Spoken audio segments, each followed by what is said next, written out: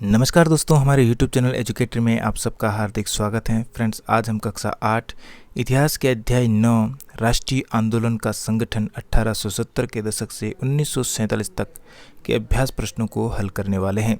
तो पहला प्रश्न है, 1870 और 1880 के दशकों के लोग ब्रिटिश शासन से क्यों असंतुष्ट थे? हमारा उत्तर है 1870 से 1880 के दशकों में लोगों की ब्रिटिश शासन से असंतुष्टि के निम्नलिखित मुख्य कारण थे। पहला, 1878 में आर्म्स एक्ट पारित किया गया, जिसके जरिए भारतीयों द्वारा अपने पास हथियार रखने का अधिकार छीन लिया गया। दूसरा, सरकार की आलोचना करने वालों को चुप कराने के उद्देश्य से 1878 में ही वर्नाक्युलर प्रेस एक्ट भी पारित किया गया।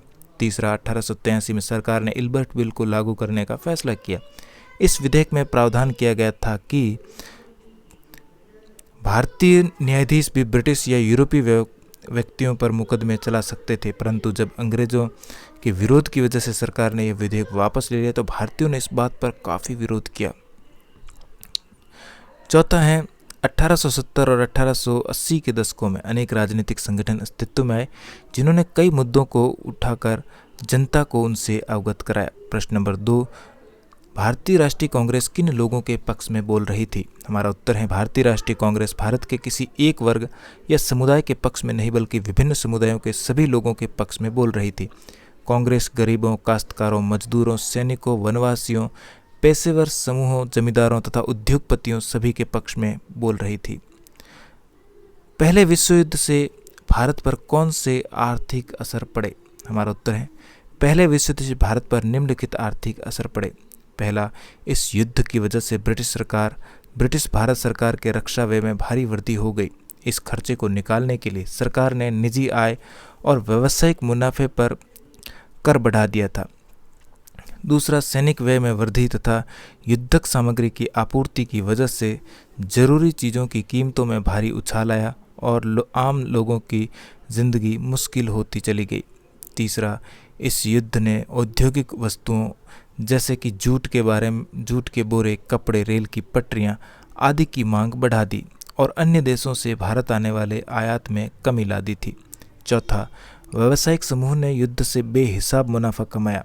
युद्ध के दौरान भारतीय उद्योगों का विस्तार हुआ और भारतीय व्यावसायिक समूह विकास के लिए अधिक अवसरों की मांग करने लगे। फ्रेंड्स, आगे बढ़े इससे पहले आपसे रिक्वेस्ट रहेगी कि अगर आपने मेरे चैनल को अभी तक सब्सक्राइब नहीं किया है तो चैनल को सब्सक्राइब करके बेल आइकॉन को प्रेस करें ताकि मेरे आने वाले सारे वीडियो आप तक आसानी से पहुंच सके। तो चलिए कंटिन्यू करते हैं। प्रश्न 4, 1940 के लीग के प्रस्ताव में क्या मांग रखी गई थी? हमारा उत्तर है 1940 के मुस्लिम लीग के प्रस्ताव में देश के और पूर्वी क्षेत्रों में मुस्लिमों के लिए स्वतंत्र राज्यों की मांग की गई थी, यानी कि पश्चिम और पूर्वी क्षेत्रों में मुसलमानों के लिए एक स्वतंत्र राज्य पाकिस्तान की मांग की गई। मध्य मार्गी कौन थे?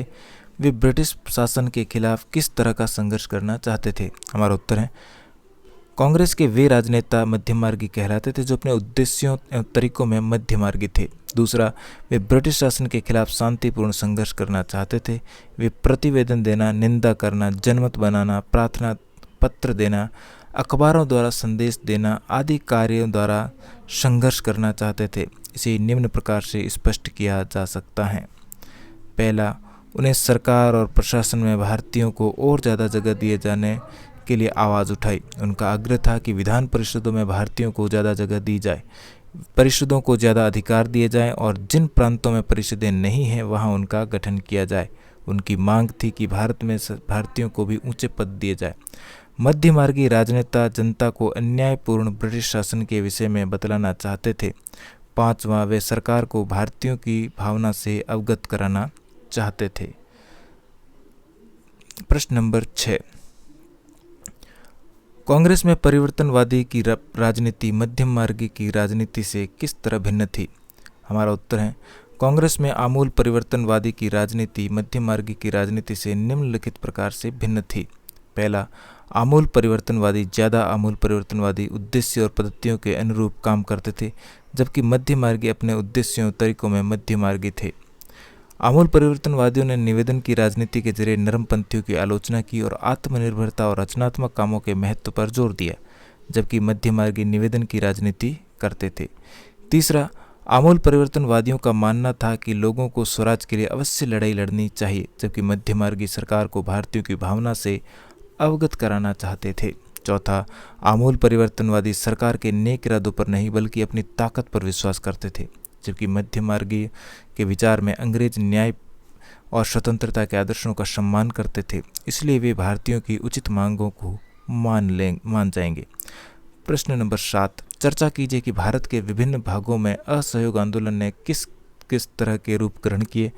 लोग गांधी जी के बारे में क्या समझते थे? हमारा उत्तर है, लोगों ने गांधी जी के आह्वान का अपने हिसाब से अर्थ निकाला, अतः देश के विभिन्न भागों में असहयोग आंदोलन ने अलग अलग रूप ग्रहण किए। पहला, खेड़ा गुजरात में पाटीदार किसानों ने अंग्रेजों की ऊंची भू राजस्व मांग के विरुद्ध अहिंसक मुहिम चला दी। दूसरा, तटीय आंध्र प्रदेश और तमिलनाडु के भीतरी भागों में शराब की दुकानों की घेराबंदी की गई। तीसरा, आंध्र प्रदेश के गुंटूर जिले में आदिवासी और गरीब किसानों ने बहुत सारे वन सत्याग्रह किए। चौथा, सिंध और बंगाल में खिलाफत असहयोग गठबंधन में राष्ट्रीय राज्य आंदोलन को पर्याप्त सांप्रदायिक एकता और मजबूती प्रदान की। पांचवा,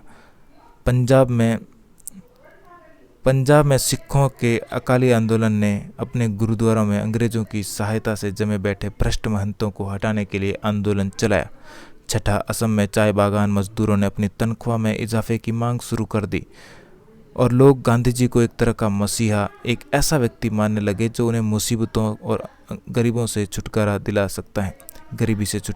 सकता है। किसानों को लगता था कि गांधी जी उन्हें जमींदारों के खिलाफ संघर्ष में मदद देंगे। खेतिहर मजदूरों को यकीन था कि वे उन्हें जमीन दिला देंगे। प्रश्न नंबर 8, गांधी जी ने नमक कानून तोड़ने का फैसला क्यों किया?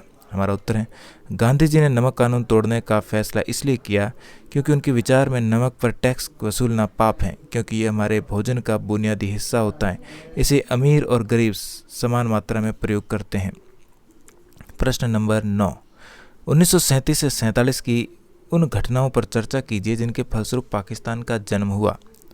उत्तर में लिखेंगे 1937 से लेकर 1947 की घटनाएं जिनके फलस्वरूप पाकिस्तान का जन्म हुआ निम्न प्रकार से हैं। पहली, 1930 के दशक में मुस्लिम जनता को अपने साथ लामबंद करने में कांग्रेस की विफलता ने लीग को अपना सामाजिक जनाधार फैलाने में मदद की। दूसरा, 1940 के दशक में शुरुआती सालों में जिस समय कांग्रेस के ज़्यादातर नेता जेल में थे, उस समय लीग ने अपना प्रभाव फैलाने के लिए तेजी से प्रयास किए। तीसरा, दूसरे विश्व युद्ध के बाद अंग्रेजों ने भारतीय स्वतंत्रता के लिए कांग्रेस और लीग से बातचीत शुरू कर दी। यह वार्ता असफल रही क्योंकि लीग का कहना था कि उसे भारतीय मुसलमानों का एकमात्र प्रतिनिधि माना जाए। कांग्रेस ने इस दावे को मंजूर नहीं किया। चौथा, 1946 में प्रांतीय चुनाव में लीग को मुसलमानों के लिए आरक्षित सीटों पर बेजोड़ सफलता मिली। इससे लीग पाकिस्तान की मांग पर कायम रही। पाँचवा, मार्च 1946 में ब्रिटिश कैबिनेट मिशन कांग्रेस और मुस्लिम लीग को प्रस्ताव के कुछ खास प्रावधानों पर सहमत नहीं करा सके। छठा, लीग ने 16 अगस्त 1946 को प्रत्यक्ष कार्यवाही दिवस मनाने का आह्वान किया। इसी दिन कलकत्ता में दंगे भड़क उठे और मार्च 1947 तक हिंसा उत्तरी भारत के विभिन्न भागों में फैल गई। अंततः भारत विभाजन के फलस्वरूप नए देश पाकिस्तान का जन्म हुआ। फिर दूसरे विश्व युद्ध के बाद अंग्रेजों ने भारतीय स्वतंत्रता के लिए कांग्रेस और लीग से बातचीत शुरू कर दी। यह वार्ता भी असफल रही क्योंकि लीग का कहना था कि उसे भारतीय मुसलमानों का एकमात्र प्रतिनिधि माना जाए। कांग्रेस ने इस दावे को मंजूरी नहीं दी। फिर 1946 में प्रांतीय चुनाव में लीग को मुसलमानों के लिए आरक्षित सीटों पर बेजोड़ सफलता मिली और इससे लीग पाकिस्तान की मांग पर कायम रही। पाँचवा, मार्च 1946 में ब्रिटिश कैबिनेट मिशन कांग्रेस और मुस्लिम लीग को प्रस्ताव में कुछ खास प्रावधानों पर सहमत नहीं करा सकी। तो यहाँ पर हम ये चीज़ें पढ़ चुके हैं। कुल मिला के आपका जो उत्तर है यहाँ तक वापस रिपीट हो चुका है, माफ़ कीजिएगा। तो आप यहाँ तक ही उत्तर दीजिए, बाकी वाली चीज़ें सेम हैं। तो यहाँ तक छठा जो बिंदु है, लीग ने 16 अगस्त 1946 को प्रत्यक्ष कार्रवाई दिवस मनाने का आह्वान किया और इसी दिन कलकत्ता में दंगे भड़क उठे और मार्च 1947 तक हिंसा उत्तरी भारत के विभिन्न भागों में फैल गई। अंततः भारत विभाजन के फलस्वरूप एक नए देश पाकिस्तान का जन्म हुआ। तो ये 1937 से लेके 1947 तक की प्रमुख घटनाएं थी जिनके फलस्वरूप पाकिस्तान का जन्म हुआ। तो आपको यहाँ तक ही करना है, ये यहाँ पर बिंदु नहीं करने हैं। और इसी के साथ हमारा ये पार्ट यहीं पर समाप्त हुआ। वीडियो अच्छा लगा तो लाइक, शेयर और चैनल पर पहली बार आए तो चैनल को सब्सक्राइब करना बिल्कुल भी न भूलें। मिलते हैं इसी प्रकार के एक और वीडियो में। धन्यवाद।